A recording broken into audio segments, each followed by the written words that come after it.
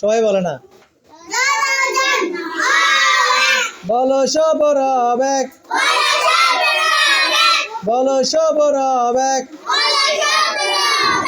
যতজন তত মন,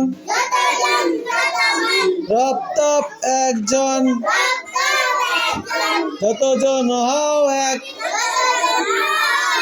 বলো সবর এক, যতজন তত মন, রব তপ একজন।